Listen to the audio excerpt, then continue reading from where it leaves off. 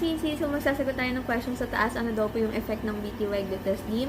So first po is, nakakawala po siya ng gana kumain. Appetite suppressant po kasi siya mga sisi. So tatanggalin po niya yung gana natin kumain. Ganon din po yung food cravings po natin. Then nakakauhaw din po siya mga sis.